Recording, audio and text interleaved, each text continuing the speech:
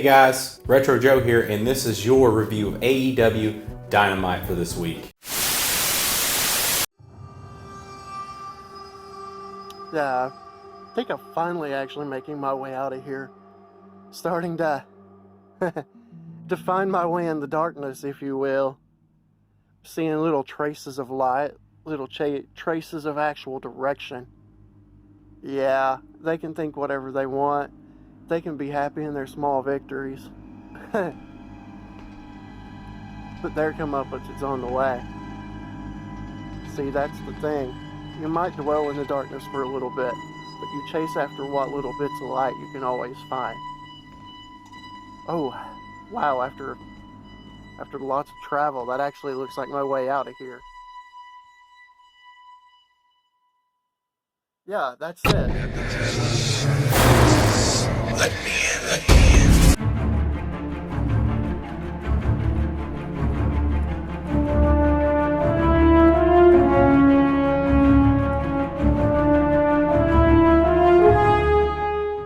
Welcome to the NXT side of the Pro Wrestling Power Podcast. As you can see, things have improved around here. What kind of overbooked garbage was this? You promised me Finn Balor versus Velveteen Velveteen Dream, and I get this overbooked monstrosity? So, Finn wasn't even there. So yeah. And then, the Undisputed Era just starts beating up Dream. So, Keith Lee gets involved somehow, and then Lee gets attacked, and then Dexter Lumis takes out Roderick Strong in the end of it. Oh, I just love Russo-type booking. If I were truly evil, I would have let Wildcat watch this one. Hey look, it's Raquel Gonzalez, and she finally looked like a monster. And I know something about monsters. She pinned Shotzi Blackheart in quick fashion. Drake Maverick loses his first round match after the emotional video of him getting fired by WWE this last week. If I were in charge, I would abuse this situation and use this to get him over as a babyface. You know, connect him to all those who have lost their jobs and suffering right now. Give them a hero, because it's best for business. He loses to Jake Atlas after eating a cartwheel DDT. Now, we have Kushida versus Tony Nese. Even idiots had to like this. Kushida's a good wrestler, but Tony Nese just made him look good, golden, even in a loss.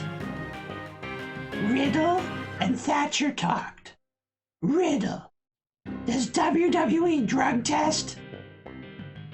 Johnny Gargano and Candice have a segment vowing to run NXT. I do love a good takeover. Lots of little trolly love here in the video. And Johnny's the smug heel that I always wanted him to be. I'm not even sure Candice is mad, but I'm glad that she is. Let the hatred run. That's a good woman. Turning heel because her husband did? Jessie Kamea debuted versus Mia Yim. Yim doing her best Asuka impression, at times with a little messing with a newcomer. It was a solid back and forth, but Yim wins before she meets with everyone's favorite, Charlotte, next. El Hijo del Fantasma, now against Gentleman Jack Gallagher in the NXT title tournament. Another debut in an empty arena. Who is the genius planning this out? I see that Charlotte taught Phantasma how to sell. Phantasma wins. The new Gallagher character is interesting to see growing. Velveteen Dream pinned Adam Cole, who finally left his pool side. I actually regrettably agree with Wildcat. Glad they remembered the big gold belt. This show was great though. I love the times when wrestling reminds me of Sting fighting Vampiro. Claire Lynch and AJ Styles were of course a TNA highlight. And who could forget my favorite wrestling love, Katie Vick. So, like, subscribe. And the comments are useless because it's not like any of you could do any better.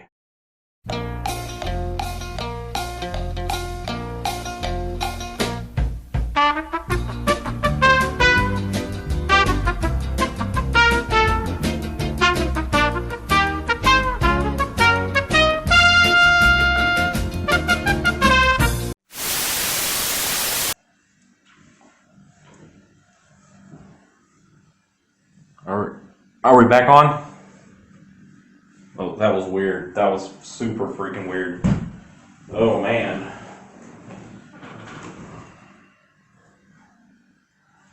Yeah, I don't know what happened there, guys.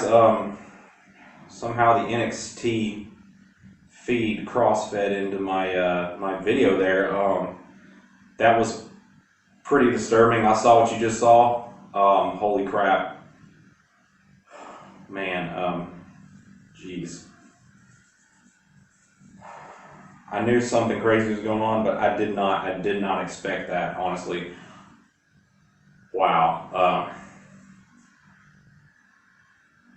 I guess we know what's happening with Wildcat a little bit. I don't know what that place was or where it was, but this bunny character, I don't know. I don't know. I'll try to see if I can get some more info, but wow, just wow. All right, let's press on, and let's review Dynamite because I gotta put my mind somewhere else. Okay, anyways, Retro Joe here with your review of AEW Dynamite this week. Last week was pretty rocky, I have to say. Last week on Dynamite, it was a very rocky show. Chris Jericho's commentary wasn't as well as it has been in the past, but that can be expected sometimes when you're doing these empty arenas. Sometimes you struggle with what you got to do, but they've been doing a good job so far. Last week was rocky. This week was very, very enjoyable, I'd have to say. Very enjoyable. There really wasn't that many problems with the show. Honestly, it was probably one of probably the second best of the empty arenas, I have to say. It was pretty good. Let's get on with it. So we start out with a promo with Cody Rhodes talking about the TNT Championship, setting up this whole thing with the brackets. It was really good. I really liked it. Cody is amazing in promos. He's not so good as a commentator. So we move on to match 1, which is a quarterfinal championship match. This is in the bracket for the TNT Championship belt. We have Sammy Guevara versus Darby Allin. Now, if you remember, they have a backstory with Sammy Guevara hitting Darby Allin with that skateboard to the throat a few months back. And this seems to continue that storyline of Darby Allin wanting revenge on Sammy Guevara. Excellent opening match for the night. Excellent match. Darby's nose got busted open. He had blood coming down it. That was great. Didn't mean to happen, but he fought through it, and he still put on an amazing match. At the beginning of this match, Sammy Guevara sets a ladder across from the ring onto the side barrier and does a jump and lands onto Darby Allin. That was a great spot. I loved it. It looked like it hurt really bad because the ladder didn't even move. It kind of just bent a little bit, but it was a great start. Overall, it was a fun, fast-paced opening match of the night, and I have to say, great start for Dynamite. Excellent start.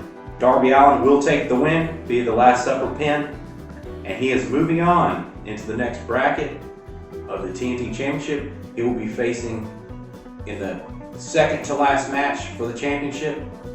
He's going to be facing Cody in his next match, which should be an awesome match because those two in the ring are just great. Those two are just greatness.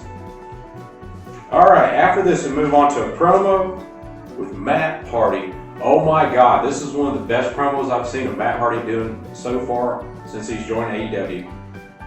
He's basically at his house as Damascus, and he's addressing why Chris Jericho would not address his challenge for that match he wanted to do.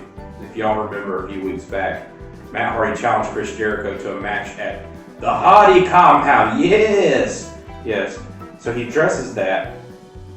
He basically says that maybe Chris is scared of Damascus, so maybe he'll talk to his old buddy Matt Hardy. And this is crazy, and I really like it because now we've got a split personality because it goes into an interview with Matt Hardy talking to Chris.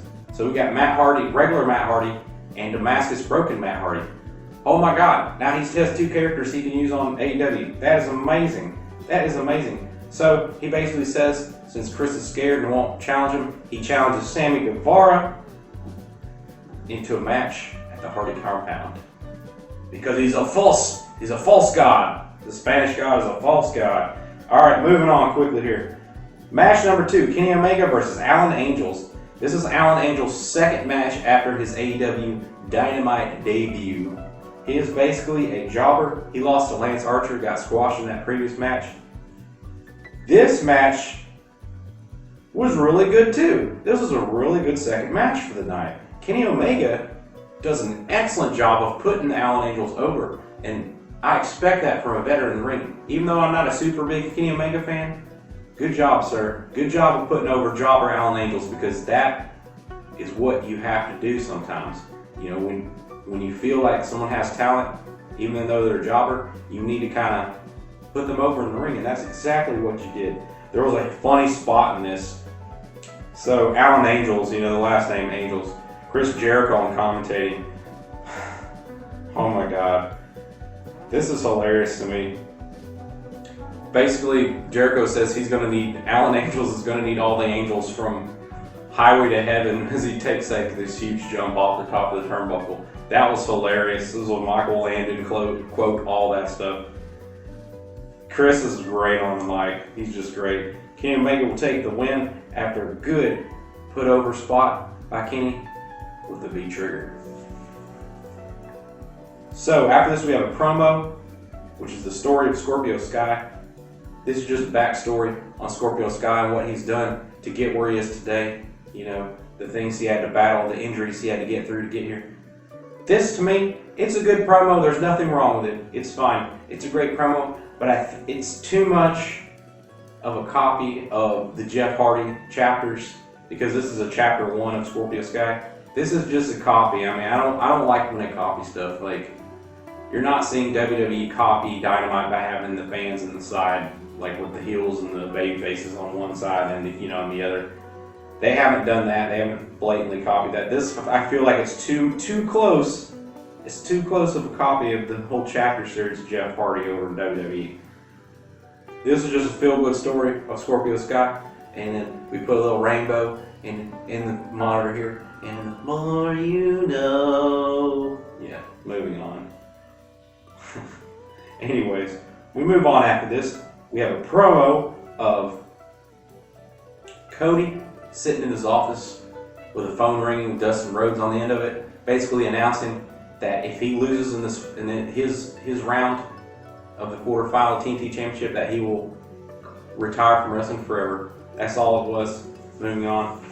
Match number 3, we have Jimmy Havoc versus Orange Cassidy. I was very skeptical of this match because, to me, Orange Cassidy is kind of like a super gimmick. He's the King of Slaw style. So I don't know. I've been talking, before, not now, obviously, but I've been talking before Wildcat about Orange Cassidy, and he really doesn't like the character. But I do agree with him on some points that he can't come out because he had that match with Pac. You can't do that same thing over and over. He did a little bit of it on this one, but he also did a lot of bumps and stuff. So good on you, Orange. You did good in this one. This was Not a super serious match. It was just a fun, silly match. Penelope Ford causes Jimmy to lose this one because she interrupts the match. And Orange Cassidy will take the win, surprising in this one. That's his first win in AEW. After this, we have a super funny promo from MJF. Everybody's wondering where MJF is. He hasn't been on Dynamite for like weeks and weeks and weeks. So MJF comes on the thing. He's filming from his house, from Castle of Maxwell, and basically he's arms in a cast, and he does his MJF thing, and it's great. And he basically says that he got a hangnail injury from the betting he was doing, back when they first started the empty arenas, when he was betting with Shawn Spears. So he got a hangnail injury, and that's why he's doing this for you. He's waiting when he's good and healed to come back in the ring. It was funny. It was great. MJF awesome. Match 4. Lee Johnson versus Wardlow. Yeah, the big beast Wardlow. Nothing really to say on this one. There's only 2 points I have on it. Wardlow did take the win because he's a monster. It was just a monster squash match, but it wasn't bad. It was short, but it was okay. Wardlow does this awesome airplane spin throw at the end of it to win, which that was crazy. He did an airplane spin, and at the end of it, he kind of threw him up and pow. That looked really cool. I like that move. It was really good. Then we got a promo after this. Brody Lee, the Exalted One, offering new membership to a new mystery member of the Dark Order. So, yeah, that's right. It starts out with this spot where it's got this Heisman Trophy hopeful typing on a computer who got injured or something. I don't know who this guy is, college football player who got hurt or something back in the day. But then it moves to a spot with Brody Lee talking to him, across the desk in his Vince McMahonisms. Yes. And he's basically offering membership to this mystery Heisman Trophy possible from back in the day that got injured and didn't win. But yeah, that's all it was. It was fine. It was your typical McMahonism Brody Lee promo. It was fine. It was good. It wasn't bad. Match number 5. We have Brody Lee versus Justin Law. Nothing to say on this. Super squash. Obviously, Exalted Ones have been squashing everybody. It was very short, very mean. And Brody Lee will take the win on this one. And after the match, he walks out of the ring because, I don't know, the camera keeps focusing on Marco Stunt during this, looking at the Exalted One. I'm like, okay, what are you doing here? And then we have Brody Lee come around, like kind of looking at him, just kind of laughing at his size and whatnot. And then he walks away. And then after this, we have a on-screen promo. Next week, Marco Stunt versus Exalted One. I don't know where they're going with this. Honestly, it's Marco Stunt. I mean, he's kind of over with the crowd, but him versus Brody Lee, that's just silly. He's going to squash him, or he's going to not squash him and offer him membership into the Dark Order. That's a possibility. I don't know. They got to do something with this kid. I mean, he's kind of hurting Luchasaurus and their team. I mean, it's silly.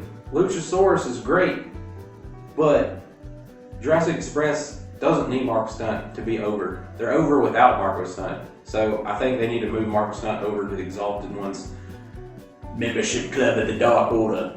That would maybe be better for him. Next we have a promo with the Bubbly Bunch. Yes, another Inner Circle Bubbly Bunch. Didn't like this one too. They had some kind of knockoff TikTok dance contest for some freaking germicide. Yeah, little ball of germicide. It's stupid. Still not great. They need to improve that. I think that one's just to sell shirts. So, final match of the night. This is the finisher of the whole evening. Career on the line. Dustin Rhodes versus Kip Sabian in the quarterfinal TNT Championship round to see who goes on the second to last match for the TNT Championship. So, I could already see this set up like this. Dustin was going to win this. Dustin ain't going nowhere, okay? They only said that for this round. They didn't say if he loses the next one, he's not gonna. They didn't say that. They just said in this match itself, if he loses, his career is over. He ain't gonna lose and end his career with Kip Sabian. I'm just sorry. Kip Sabian is pretty good in the ring and his gimmick's fine, but he ain't gonna lose to him. Kip Sabian's a mid-carder and Dustin Rhodes is a veteran and a legend. He is not going to end his career with a mid-carder. Sorry, it's just not going to happen. So, the only thing I'll say in this one, It was okay. This one kind of made me yawn. I didn't really care for this as the final for the whole night. The problem I had with it wasn't with the match itself. It was Dustin Rhodes. His logo on the back started to peel off at the very beginning of the match, and it was flapping around. As soon as you noticed at the beginning, it was very distracting the whole time, and it took away. We'll just say wardrobe malfunction on this one. Wardrobe malfunction on Dustin Rhodes' logo on the back of this thing. Nothing against Dustin. I love you, man. But that distracted me the whole time, and it just visually distracted you, and it just took away from the match when that kind of stuff happens. Kind of like that time AJ Styles was in the ring and his pants split open right on his butt cheeks. Y'all remember that? If you don't, look it up. It's on YouTube. AJ Styles' pants rip open and we can see his butt cheeks. That did happen. Unfortunately, I watched it the night it did happen, and I was like, holy crap. And it was a great match. It's just distracting. You know, it happens. Things like that happen there. Penelope Ford tries to cheat during this match to help her man out. But Brandy comes in and spears her and throws her out of the ring. And then Dustin hits the code red and takes the win. And that's the end of the night. Overall, actually a really good show. But that ending with Dustin and the logo, that really bothered me. But anyways, I'm going to check into this whole situation. I'm going to try to get some more info on Wildcat. But what we just saw, holy crap, I mean, I don't know, that was just crazy. This bunny is just taking it to another level, and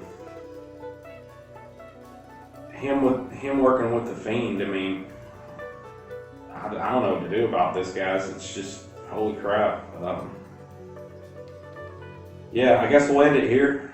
I guess we just have to wait it out now and see what happens. Anyways, I hope y'all have a good week. And if you watched the show this week, Dynamite was great. Way better than Raw. And that's the truth. Look it up. Anyways, stay safe out there. And remember to keep it retro.